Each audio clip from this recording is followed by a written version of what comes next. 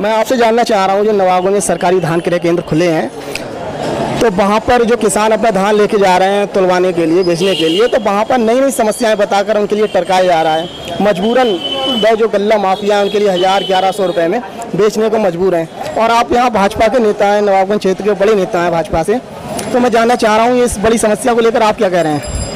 और 1200 रुपये कुंटल में खरीदा जा रहा है। हम इस बात का पुरजोर विरोध करते हैं। उसकी वजह है कि सरकार ने जब ये दाम रेट बढ़ाए हैं धान के, इसलिए थोड़ी बढ़ाए कि बिचौलिया खाए जाएँ।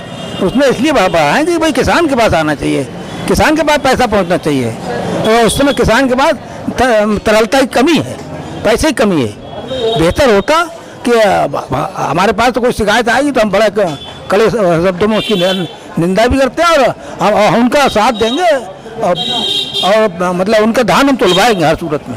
नहीं, आपकी सरकार है, बीजेपी की सरकार चल रही केंद्र में, यूपी में, उसके बाद या इस तरीका का ये घटतौली हो रही है, घोटाला हो रहा है किसानों के साथ में, तो क्या करेंगे आप?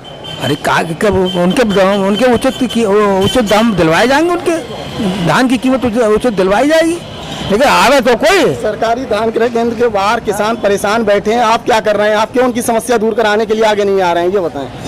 तो हम भागे भागे घूमे हर समय, ऐसी बात कर रहे हो। मैं ऐसा नहीं, हम उनकी मदद कर सकते हैं और हर आदमी को चाहिए, आप भी पत्र उसका संचालन कर रहे हैं, आपको भी चाहिए कि किसान की मदद की जाए। किसान वास्तव में अकेला पड़ा हुआ है। बीजेपी की सरकार आई है, ये किसानों के बारे में कुछ नहीं सोचती है। इसकी भाजपा सरकार की किसान के प्रति नीति है ही नहीं। आज इस समय जो धान किसान लेके आ रहा है मंडी में, कहीं नमी के कारण, कहीं किसी अन्य कारण से उसे वापस कर दे रहे हैं। कल भी हजारों ट्राली वापस हुई, आज भी हुई। धर्म कांटों पर ट्रालियां खड़ी हुई हैं किसानों की। 1000 रुपये 1100 का उसका दाम लगा रहे हैं। इसका मूल्य किसानों को 1800 कुछ होना चाहिए। तो ऐसे में किसान बर्बाद हो रहा है और मौत की कगार पर पहुंच रहा है। इस सरकार ने किसानों को बिल्कुल बर्बाद कर दिया है। सब्सिडी के नाम पर कोई चीज़ नहीं दे रही है और गेहूं और धान के दाम दिन पे दिन गिरते जा रहे हैं। और जो यहाँ के माफिया लोग हैं वो 1100 रुपये में, 1000 रुपये में स्टोर कर रहे हैं, क्योंकि इस सरकार ने माफियाओं को आज़ादी दे दी है, कितना ही अनाज भर सकते हैं। तो ऐसे में किसान बर्बाद हो जाएगा। आप पार्टी के नेता हैं, समाजवादी पार्टी के, आप अपनी पार्टी की तरफ से या व्यक्तिगत तौर पे इस समस्या को लेकर कोई विरोध प्रदर्शन वगैरह कुछ करना चाहेंगे आगे? विरोध की बात है, इससे पहले अभी 10 दिन पहले हम लोगों ने इसी संबंध में धरना रखा था कि किसानों की फसल आने वाली है, धान आने वाला है, धान का उचित मूल्य मिले, धान का दाम बढ़ाया जाए और मंडियों पे सुविधाएं दी जाए, जिससे कि किसान अपना उचित मूल्य में धान बेच सके। लेकिन यहाँ का हालात बहुत ख़राब हैं। लेकिन अब तो किसान लुट रहा है, अब क्या करेंगे आप? किसानों के लिए हमें चाहे सड़क पर उतरना पड़े। शासन ने दफ़ा 144 लागू कर रखी है, हवा दिखा रखा है 144 का, कोरोना का, वरना अब तक किसान भी आंदोलन कर दिए होते। हमारी पार्टी इसका विरोध करती है और किसानों के हक की लड़ाई, किसानों के साथ खड़े हैं हम सब लोग।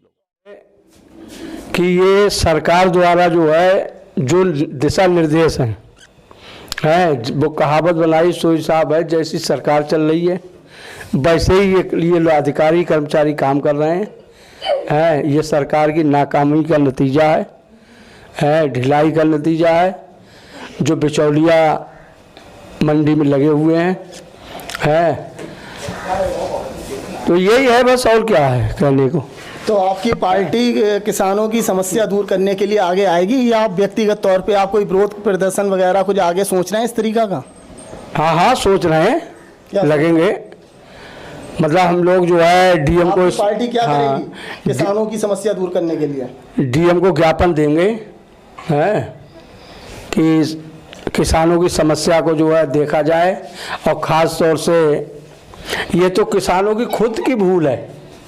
जब मालूम है सबसे बढ़िया जो है किसानों के हित में बहुजन समाज पार्टी ने काम किया है कि ये सरकार द्वारा जो है जो दिशा निर्देश हैं है। वो कहावत बनाई सोई साहब है, जैसी सरकार चल रही है वैसे ही ये अधिकारी कर्मचारी काम कर रहे हैं। ये सरकार की नाकामी का नतीजा है, ढिलाई का नतीजा है। जो बिचौलिया मंडी में लगे हुए हैं, तो यही है बस, और क्या है कहने को। तो आपकी पार्टी किसानों की समस्या दूर करने के लिए आगे आएगी, या आप व्यक्तिगत तौर पे आप कोई विरोध प्रदर्शन वगैरह कुछ आगे सोच रहे हैं इस तरीका का? हाँ सोच रहे हैं, लगेंगे। मतलब हम लोग जो है डीएम को, पार्टी क्या करेगी किसानों की समस्या दूर करने के लिए? डीएम को ज्ञापन देंगे कि किसानों की समस्या को जो है देखा जाए, और ख़ास तौर से ये तो किसानों की खुद की भूल है। जब मालूम है सबसे बढ़िया जो है किसानों के हित में बहुजन समाज पार्टी ने काम किया है। ये बात बिल्कुल सही है, किसान की मजबूरी है। किसान अपना धान बेचने जो क्रय केंद्र वहाँ जाता है, क्रय केंद्र इंचार्ज की क्षेत्र के दलालों से मतलब इंटरनल सेटिंग है कि धान गीला है, धान खराब है। तो जब वहाँ उनका धान नहीं लिया जाएगा, किसान को पैसे की ज़रूरत है, तो किसान मजबूरन जो है वो धान कहीं ना कहीं बेचेगा। फिर वही दलाल उस धान को खरीद लेते हैं, और उन दलालों के माध्यम से जब सेंटर पे ले जाते हैं, वही सेंटर इंचार्ज उसको खरीद लेता है। किसान यहाँ परेशान है। फसल उगाने के लिए उसे यूरिया DAP की जब जरूरत पड़ती है, किल्लत होती है, तो वो महंगे दामों पर खरीदने को विवश होता है। मगर जब उसकी फसल तैयार होती है, चूँकि उसके पास फसल ही एक साधन है पैसा का, तो पैसा कहाँ से लाए, तो मजबूरी में उसे अपनी फसल बेचनी पड़ती है। उसकी फसल का भी उसे मुनासिब मतलब दाम नहीं मिल पाता। होना ये चाहिए। जनपद पीलीभीत के DM साहब की मैंने एक वीडियो देखी थी जो वायरल हुई थी। मैं आपके माध्यम से अपने ज़िले के मतलब जिलाधिकारी महोदय से करूँगा, निवेदन करूँगा, वो भी ऐसी पहल करें, किसानों को उनका हक दिलवाएं। बिचौलियों की सेटिंग है, बिचौलियों का जो रोल है उसे ख़त्म कराएं, और बिचौलिया अगर कोई इस ढंग की हरकत करता है उसको पकड़ के जेल भिजवाएं। नवाबगंज के SDM तहसीलदार को कुछ चाहिए ये कराएं, मगर नवाबगंज के SDM तहसीलदार को फुर्सत ही नहीं है। क्योंकि ये एक मिनट कहना चाहूँगा कि इनकी तैनाती नवाबगंज क्षेत्र पर है, रहते बरेली हैं। नवाबगंज जनता से कोई दुख नहीं, दफ्तर में बैठेंगे भी नहीं, समय से भी नहीं आएंगे। अगर कोई व्यक्ति फोन करे तो ना SDM फोन उठाएंगे ना तहसीलदार फोन उठाएंगे। ये चीज़ को भी सरकार को देखना चाहिए। अगर कोई आता है तो उसके द्वारा तहरीर दिलाएंगे और उसके द्वारा मुकदमा भी लिखवाएंगे।